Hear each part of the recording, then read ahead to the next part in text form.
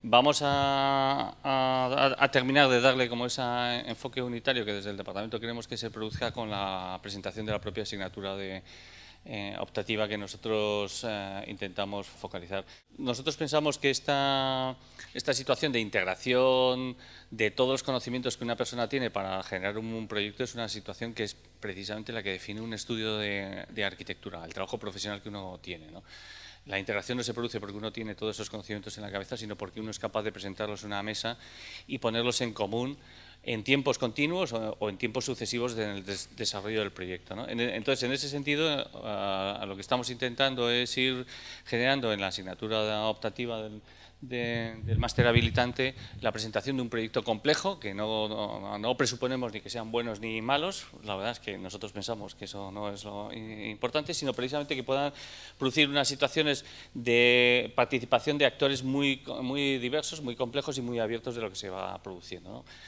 En ese sentido, la asignatura la coordina el profesor Encabo y vamos a intentar que en esta segunda jornada, o en esta segunda versión de esta asignatura, vayamos a intentar ver cómo es el proceso que se ha ido produciendo en un edificio que lo tenemos aquí bastante cerca, que es precisamente la sede central del BBVA, ¿no? Que es un proceso en el cual incluso abogados o economistas son los que al final han entrado a definir un proceso de proyectación arquitectónica mucho más, a lo mejor, definitiva que lo que puedan ser los propios delineantes, vamos, los propios diseñadores del proceso, ¿no? Pues Enrique, cuenta un poco. Bueno, soy Enrique Encabo, gracias, me acaba de presentar Federico. La asignatura tiene ya un cuatrimestre de recorrido, así que si os parece lo que os voy a contar es más o menos cuál es la idea general, aunque Federico la ha resumido bastante bien.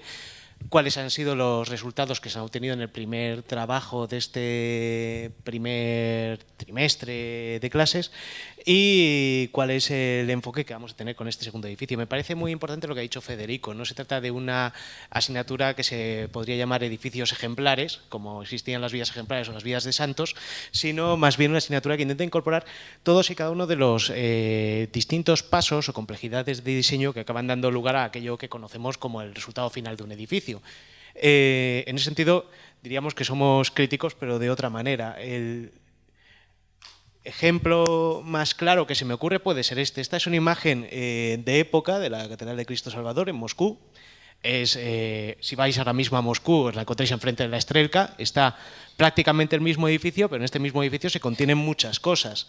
Se contiene, por ejemplo, la demolición a principios de los años 30 por orden de Joseph Stalin, el concurso que en su momento ganó Boris Yofan, los distintos desarrollos del concurso hechos por Yofan hasta el abandono después de la Segunda Guerra Mundial y posterior conversión del solar en unas piscinas al aire libre. Esto es muy ruso, las piscinas climatizadas al aire libre más grandes del mundo, como todo es lo más grande del mundo posible en Rusia. Y finalmente, de nuevo, el edificio otra vez en sí mismo, pero ya no el mismo, sino lo que contiene todo este proceso histórico, por decirlo de alguna manera. El edificio en sí es malo, pero el proceso que contiene detrás y la cantidad de decisiones y sobre todo las relaciones políticas o los conflictos que contiene son lo suficientemente importantes como para permitirnos una perspectiva absolutamente nueva sobre aquello que estamos viendo. Lo que hemos trabajado en este primer cuatrimestre es algo evidentemente menos complejo, si quiere, mucho más local. Es uno de los edificios de la Castellana, de las Cuatro Torres, del área de las Cuatro Torres en la Castellana, las torres realizadas por Carlos Rubio y Enrique Álvarez Sala.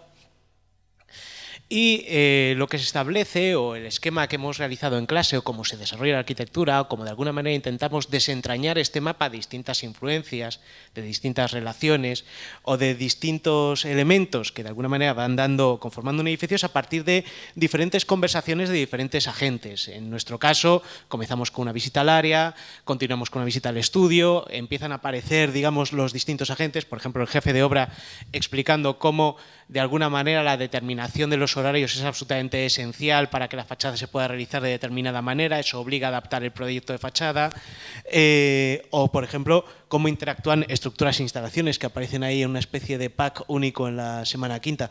Como veis, es un acercamiento escalar desde una visión muy global, desde una visión de urbanismo puro y duro, que nos dio lugar a conversaciones bastante interesantes en las que de repente te puedes encontrar con que las torres tienen la posición actual con respecto a Madrid, porque Repsol, que era el dueño de la primera torre, lo que quería era estar lo más pegado posible a la Castellana, lo que produce ese apiñamiento ahora mismo tan feo justo al final de ese eje, hasta cosas mucho más sencillas como cómo se diseñan desde un estudio elementos o piezas muy concretas de la fachada. Pasamos casi de la escala 1.000 o 1.10.000 a la escala 1.1.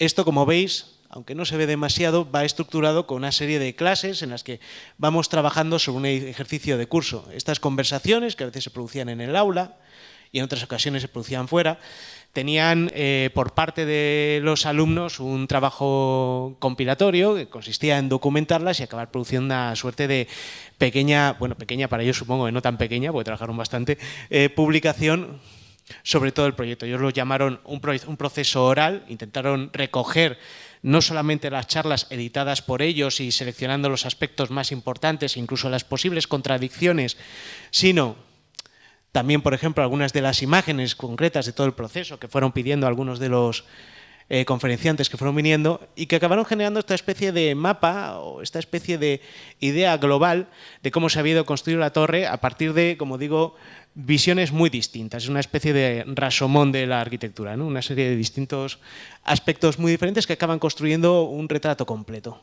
y que nos permitió o nos produjo al final una visión general del proyecto de la torre, creo que radicalmente distinta al de un objeto arquitectónico que nos puede gustar más o menos acabado, sino que se entendieron muchísimas de las cosas que había ahí, que es todavía capaz de generar imágenes tan paradójicas como esta que estamos viendo.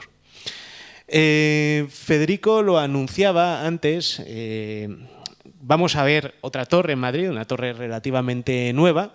Esta es la visión precisamente desde esa torre hacia la ciudad, o sea casi no prometo que se sigan viendo los ejercicios uno detrás de otro. Y es precisamente este proyecto que acaba de, bueno, que ahora mismo se está todavía terminando porque hay un par de plantas en obra dentro de ese ovoide vertical que veis, que se podría parecer al proyecto que hicieron en su momento Emilio y Luis para el centro de congresos. Y, bueno, se podría, no, se parece bastante. Y, como digo, está todavía en obras, pero ya acoge a más de 5.000 personas. Es un proyecto interesante porque incorpora dentro de sí, primero, toda una cuestión, como veis, de relación con un entorno prácticamente inexistente. Es una especie de elemento acorazado que se separa de un plan parcial. Al mismo tiempo, pretende ser un elemento que en su interior funcione como el antiguo, o como lo que se conocen como los mad buildings, una especie de edificio muy horizontal en el que solamente en la torre se localicen cosas muy concretas. De la misma forma, incorpora también cuestiones de reutilización urbana. Es un edificio que no nace de la nada, sino que reincorpora o absorbe, por decirlo de alguna manera, y da nueva forma a unas estructuras preexistentes. Existen, como veis, muchísimas formas de abordar esto, pero casi lo mejor es que, de alguna manera, sea el propio Jacques Herzog los que dé una primera perspectiva. Sí, es un proyecto totalmente distinto de los demás, de los proyectos mencionados en España, porque es más grande y es como una pequeña ciudad. Y yo pienso que es hasta un modelo para este tipo de proyectos en las afueras de las grandes ciudades, porque las afueras de las grandes ciudades son muy complicadas, son un problema de verdad, porque no hay un orden, no hay una idea, no hay belleza, no hay vida social, no hay nada de todo lo que nos encanta en las ciudades, sobre todo en las ciudades del sur, que están llenas de vida. Y de vida con gente, de vida también en el sentido que haya plazas públicas, sitios para encontrarse, para discutir, todo esto. Y la sede de BBVA es como esto en más pequeño, en una escala más pequeña, y nos ofrece callejones, plazas, sitios distintos, de lo que normalmente se puede ver en este tipo de proyectos, que son torres, rascacielos, que son objetos un poco perdidos en un desierto urbano.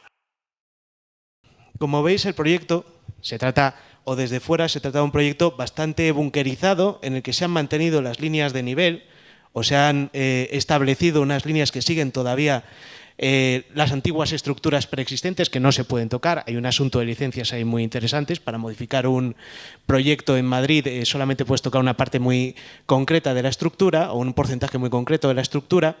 Se han recubierto con unas lamas que se supone que tienen que funcionar con respecto al sol, y lo que podemos ver desde la propia periferia del edificio es apenas atisbar esos espacios interiores. Son esos espacios que pretenden de alguna manera reproducir dentro de este conjunto tan cerrado, tan bunkerizado, como decía antes, casi la escala y el tamaño de una pequeña ciudad.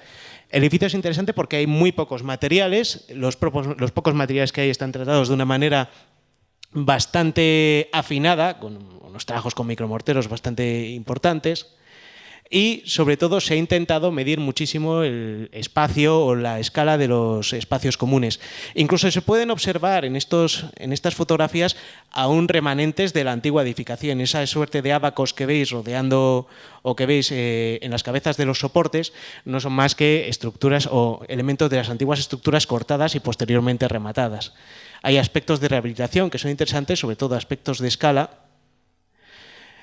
y me imagino que puede dar lugar a un curso lo suficientemente amplio en el que está prevista, por supuesto, una visita inicial al edificio y una visita de todos y cada uno de los agentes. Esperamos que nos puedan acompañar por lo menos alguien de la oficina para hacernos una presentación inicial.